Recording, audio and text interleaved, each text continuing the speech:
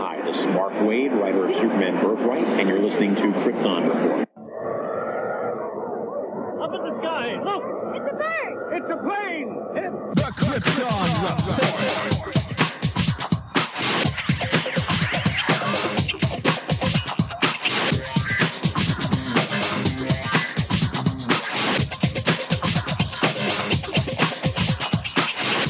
I am your host, Tyler, and welcome to Krypton Report, a podcast dedicated to all things Superman, Supergirl. We're going to look at the Supergirl TV series, as well as the Krypton TV series, anything that has to do with the characters in their world. Comics, movies, TV shows.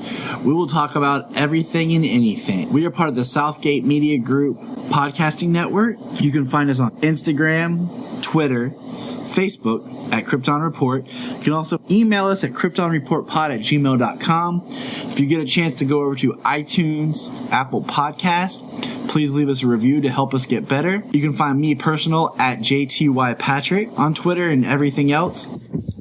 So welcome to this episode of the Krypton Report. We do want to apologize. We have been gone. And that if you're wondering, hey, what happened to episode 2? Well, I'm wondering the same thing. There was a technical difficulty, and we lost. The tracks didn't carry over, and I had a special guest. So I'm going to try to get them back and do a retconning special of episode 2. So don't freak out. We're going to get caught up, but I do apologize. So with that said, we're going to move forward with episode 4, because if you would have noticed, episode 3, I did with Phil. We did live as a Capes and Lunatic event. So that was already broadcasted to you. So now we bring you season 3, episode 4. The episode is entitled The Faithful. Now the episode opens up 2 years ago on the plane. Well, a plane. And then we'll learn that it is the plane from the pilot. That is Supergirl's coming out and reveal. And I thought that was a cool little throwback. And we have a character who's talking about his life sitting on the plane. And then in that, he witnesses Supergirl and sees her before becoming the Supergirl. We flash forward to the modern times where we are introduced to what's going on with, and I cannot remember her name. I'm just going to call her Rain, because that's all I know her by. What is her character name before she turns crazy? It is Samantha, which I probably should know that because I have a cousin named Samantha. Shh, don't tell my cousin. So, Samantha is working, and she gets this thing, saying this group about that have been saved or marked by Supergirl, which is like really creepy, crazy if you think about it. That Supergirl saves someone. And I mean, yeah, it's an honor, I guess, to be saved by Supergirl, but no cult that we know of did this for Superman. And this guy has the symbol of Ra, which is the Kryptonian god. And there's a really interesting comic book that was printed. It was one of those Justice League side stories where it took place technically during the New 52, but it wasn't. It was a side Justice League. I don't know if it was Justice League, the New Justice League or Justice League. What was it? Anyways, it's when Ra comes to Earth, and it's all about Clark experiencing Ra, what Ra really is. And it was a very interesting take on the character, and the fact that this person is supposed to be like a god is brought down to more of a human level. But anyways, we see a flash to Allura. Supergirl mentions that she remembers everyone that she saves, which is really cool if you think about it. So we learn that these people are doing this to get attention. We find out that the guy basically had information from a scout ship. Good old scout ships. They seem to be reoccurring problems here in the universe. This episode, once again, does not give us any Guardian. So I'm wondering is that going sideways with Jimmy? I mean, what are they doing with Jimmy? He's seems very underdeveloped once again. And it's just, I don't know. And my thing is, when she's exposed to what she calls kryptonite, and she's like, but kryptonite's supposed to be radioactive pieces of the homeworld. It was supposed to be pieces that contained radiation after the planet blew. So considering the scout ship is supposed to be older before the planet blew, it would just have pieces of Krypton, not per se kryptonite. So that's a big, it's a big flash there. No pun intended with the flash, but just something to kind of, hey. So.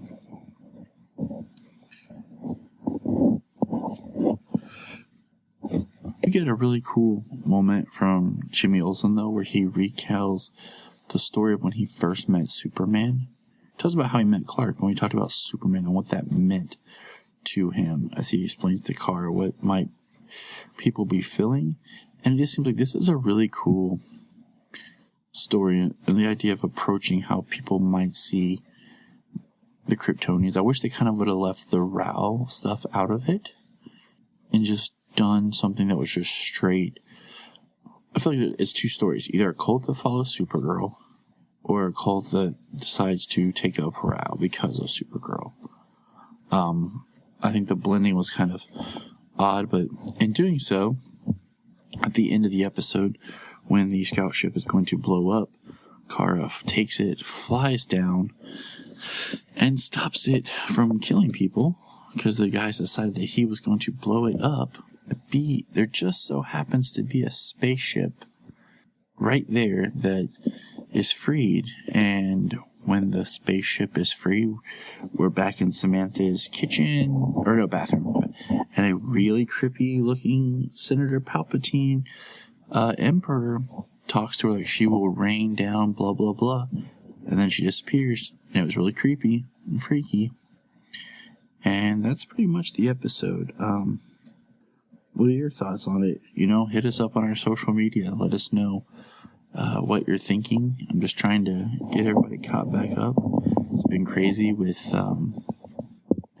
just the new job and the kids and the wife working. So we appreciate the patience and some awesome news. If you haven't heard yet, we now have merch on tpublic.com. You can get your very own Krypton Report t-shirt. And if you do get one, take a picture with it and we'll put it online. And let's just, let's celebrate the things that we love, Oh, hi, Junia. Hi. Where did you come from? The land of Assassin's Creed Origins. Once again, you retreated to another world and I've lost my wife. Yes. For those who don't know, when Junia first discovered the Assassin's Creed games, I didn't have a wife for about 3 months. I had a roommate that played PlayStation on my couch. Yep, or in bed while you're sleeping. Oh, yeah, or in bed while I was sleeping. That's pretty much. So, Junia, I bring you in here because I love you and you're my co-host, but also you have a very good fashion sense. Okay. Mm-hmm. You have an eye for design. Thank you. And they just released the first image of Samantha's character, or the character of Samantha, in her rain costume. Okay. And you haven't seen it yet, have you? I have not, now. Good. Because first, let me show you this great shot from the comics. That's the character of Rain standing over top of Supergirl. Wow, she looks pretty gnarly. And I wanted to find... I thought I had the book, but I guess I don't. Of Supergirl, this storyline, because I wanted to reread it. Uh-huh. So I'll have to go pick it up. But now, close your eyes as I pull up the picture of what the... Oh, there it is. And that's the show version. A little underwhelming. And kind of reminiscent of Supergirl's costume in a sense. Doesn't she also look like she should be hanging out with General Zod from Man of Steel? Yeah, definitely. Just absolutely, 100%. Lose the mask, and then she could be on the Black Zero. I don't understand it.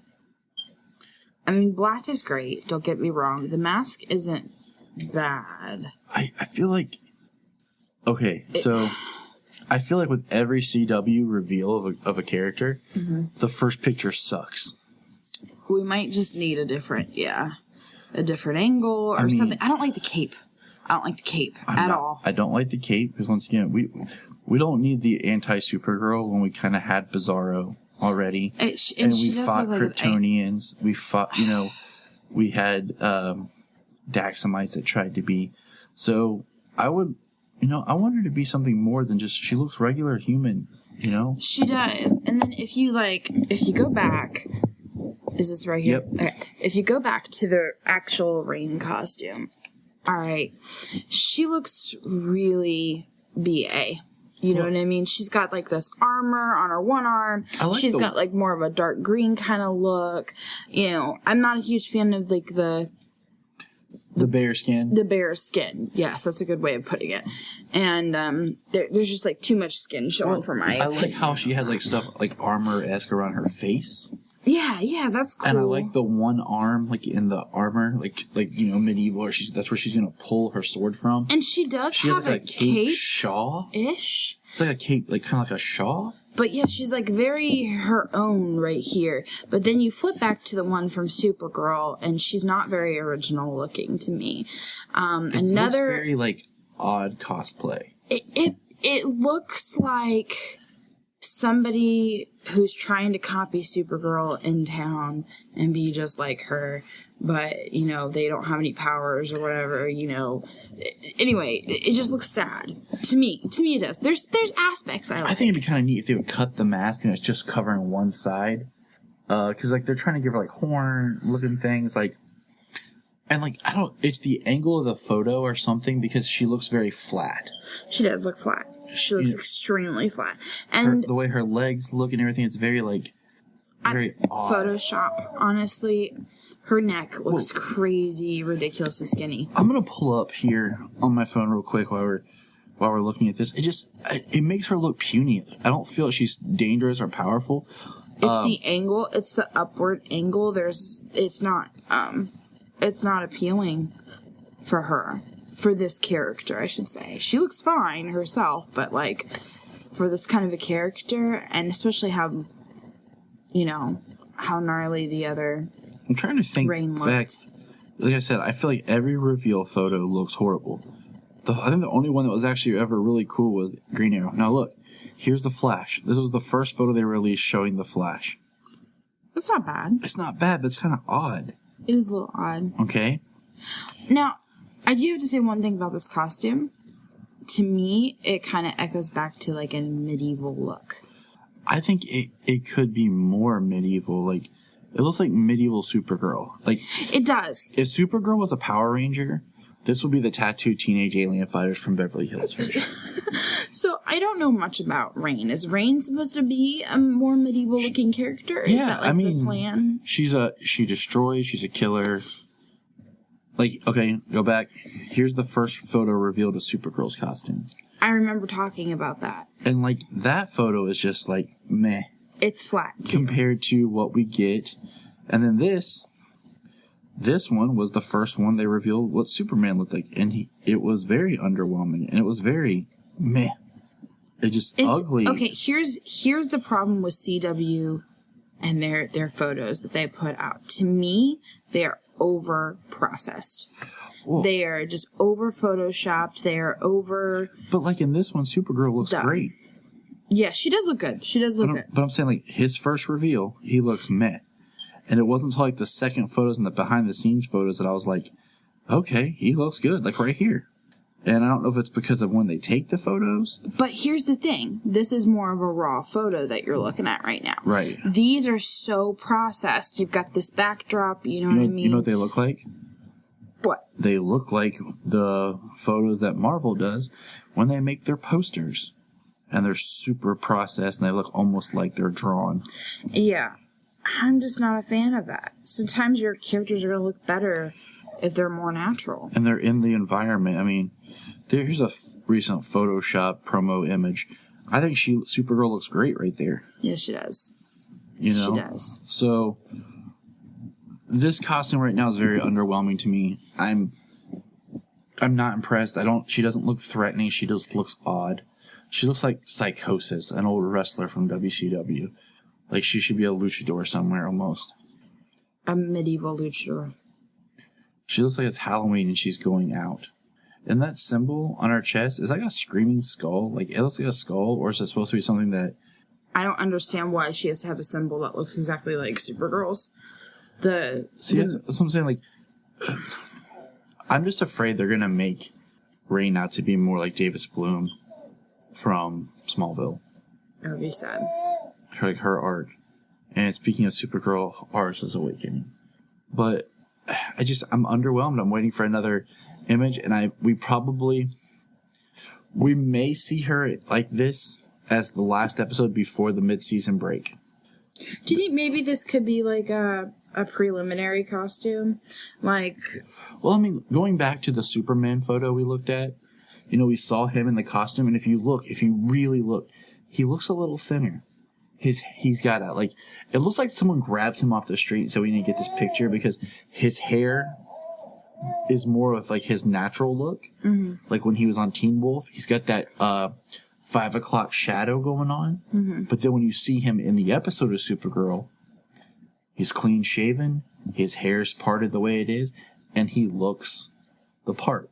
It just seems like they said, all right, Tyler, you're hired. Put that suit on. I want to take this picture. Right. So I kind of wonder how early in production this photo was taken. But I don't know if you're understanding what I'm saying exactly, because, like, I wonder if maybe we might get another version of this costume later on. Like, maybe this is her, like, I'm coming out. The only thing that I have to go off of costume-wise is Supergirl, so I'm going to kind of take from her a little bit. You know what I mean? But then later on, when she's able to become, like, more of her own character, mm-hmm. and more of her own persona, maybe she'll step away from the Supergirl-esque mold. Do you know what I'm saying? Yep. So, just a thought. It is. I mean, maybe, like you said, it would be cool if she's, like, in this arc, maybe she tries to go and do good, and this is the costumes that she has, and then maybe she tears it up and tatters it, or has a mental breakdown and goes psychotic, and, rips the sleeves, loses the cape, her skin turns a weird color. I don't know. Who knows? We'll have to wait and see. But that is the Rain that we're getting right now. Very underwhelming. Like, very, very underwhelming. Especially I wonder if I had showed you that costume, then showed you the character, how it would have been. Now, here's another thing. They are showing us these pictures out of context. We have no context to go with why is she dressed up like that? What's the drive behind her being dressed up? Mm-hmm. You know what I mean? So, I don't know. And here's a high-res shot, and it does kind of look like a skull, doesn't it? It does. Like head, eye, nose, teeth, open mouth on her chest. Yeah, it kind of does look like a screaming skull. That's odd. So, and then it kind of almost looks like, once again, I'm going to pull this up real quick. Pardon me.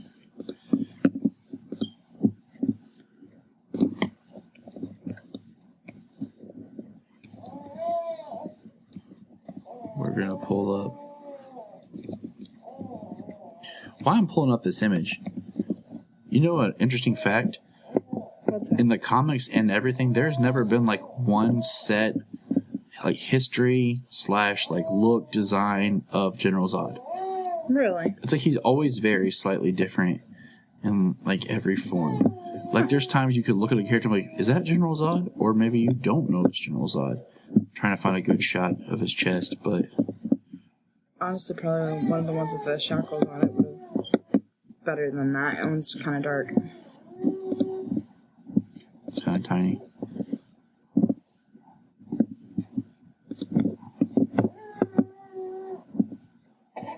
Why can't I ever? Oh, hey. Now see how his is kind of got that curve to it? Yeah. And some people say, what if he, like, an old theory was, what if Zod had ties to Darkseid? Because it kind of looks like Darkseid's Omega symbol turned sideways. Oh, interesting. But then look, just how the formation is, like, curvy. I said, I don't know. Maybe they took out after the idea of General. What I always Zod's find costume. interesting is, like, I know that they hire Colleen Atwood, who designed Supergirl's costume, and I know she did the Arrow and the Flash, but then, like, after that, when they have the other characters take on superhero personas, does she come back, or does, like, somebody else on set do it? Right. You know, like, they hire her for the big guns, and then she disappears, like she probably did Superman's. But that's all for today. That's Rain. And thank you, Junia. Yeah, no problem. Thank you. And remember, look up in the sky. And remember, you can find us on Instagram, Twitter, Facebook at Krypton Report. You can also email us at kryptonreportpod@gmail.com. If you get a chance to go over to iTunes, please leave us a review to help us get better. If you're an Amazon shopper, just remember you can go to southgatemediagroup.com. There's a portal, log into Amazon, and you'll shop into your account just regular, but it also helps keep all the podcasts on and helps keep Southgate running. Remember, look up in the sky.